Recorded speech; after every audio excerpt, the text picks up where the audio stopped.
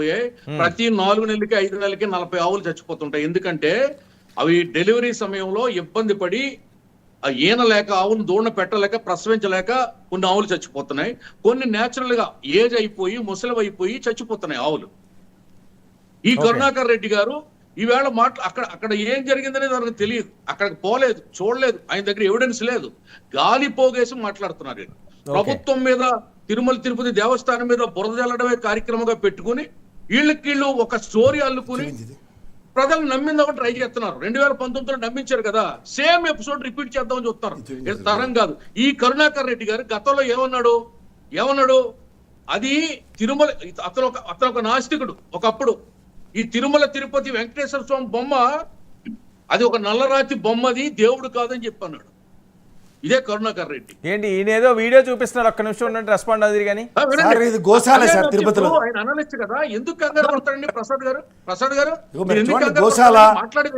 మీరే చూడండి, ట్రాక్టర్ తరలిస్తుంది చూడండి, గోవులు ఎలా ఇబ్బంది పడుతున్నాయి చూడండి. నేను మాట్లాడుతున్నప్పుడు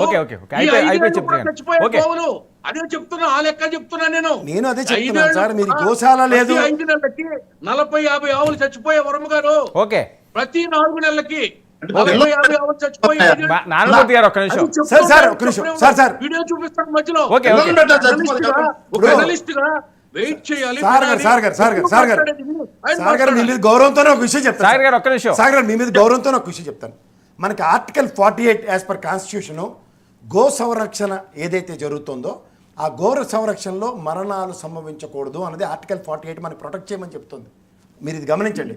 ఇవాళ సుబ్రహ్మణ్య స్వామి గారు కరుణాకర్ గారు చేసిన దాని మీద సుబ్రహ్మణ్యం గారు నివేదిక తెప్పించుకుంటూ వాళ్ళ గౌరవ సుప్రీంకోర్టులో బిల్ ఫైల్ చేయబోతున్నారు. ఆర్టికల్ 48 ఇట్ సెల్ఫ్ ఈ సంరక్షణ.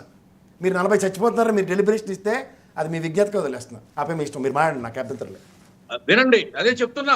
గత 5 సంవత్సరాల వైసీపీ పాలనలో కూడా 4 నెలలకి 3 నెలలకి 40-50 ఆవులు చనిపోయాయి. రికార్డు ఉంది అక్కడ.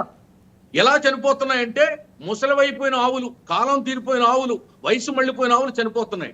అలాగే డెలివరీ ప్రాబ్లం అయి కొన్ని ఆవులు చనిపోతున్నాయి. అక్కడ ఎవరి వైఫల్యం ఉంది? అప్పుడు మీ వైఫల్యం ఉంటే ఇప్పుడు మా వైఫల్యం ఉన్నట్టు. అవి అలా కాదండి. ఆవులకి సెల్ఫ్ లైఫ్ ఉంటుంది, మనుషుల్లాగే. సెల్ఫ్ లైఫ్ తీరిపోయినటువంటి ఆవులు సహజ మరణాలు చెందుతున్నాయి. సహజ మరణాలు కూడా ఎవరో చంపారని చెప్తున్నారు మీరు. ఆన్సర్ దీని మీద అయితే కాదండి, ఇది భక్తుల మనోభావాలకు సంబంధించిన అంశం కాబట్టి ఒక రిపోర్ట్ అయితే ప్రజల్లో పెట్టండి, అది మీకు ఇచ్చదే కదా. నారాయణమూర్తి గారు సార్, నాకు ఒక్క నిమిషం వస్తారా? నారాయణమూర్తి గారు వైకుంఠ ద్వారం దగ్గర చెప్పులతో వెళ్ళారు, అది తెలుసా తెలియదు అడగను ఆనందసాగర్ గారికి. అవును, చెప్పులతో వెళ్ళారు వైకుంఠ ద్వారం దగ్గరికి. ఇవాళే జరిగింది అది నిజమా కదా కనుక్కోండి. అదే విధంగా నైవేద్యం ఎందుకు లేట్ అయింది? సెక్యూరిటీ వైఫల్యం వల్ల వాళ్ళు ఆపడం వల్ల అయిందట. అది అరిష్టం కాదా?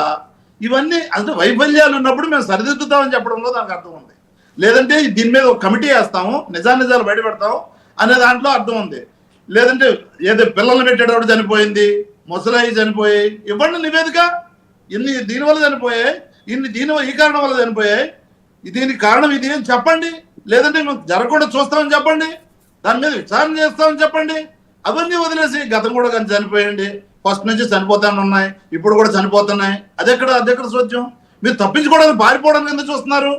నిజాలు బయట పెట్టడానికి చూస్తారా? లేదు తప్పు జరిగితే ఒప్పుకోవడానికి చూస్తారా? నేను మళ్ళీ పునరావృతం కాదని చెప్పడానికి చూస్తారా? లేదంటే ఇంతకుముందు కూడా జరిగింది, ఇప్పుడు జరుగుతుంది, రేపు కూడా జరుగుతుంది, మేమేం చేయలేము అని తప్పించుకోవడానికి చూస్తారా మీరు? ఇది ఎక్కడ సోద్యం?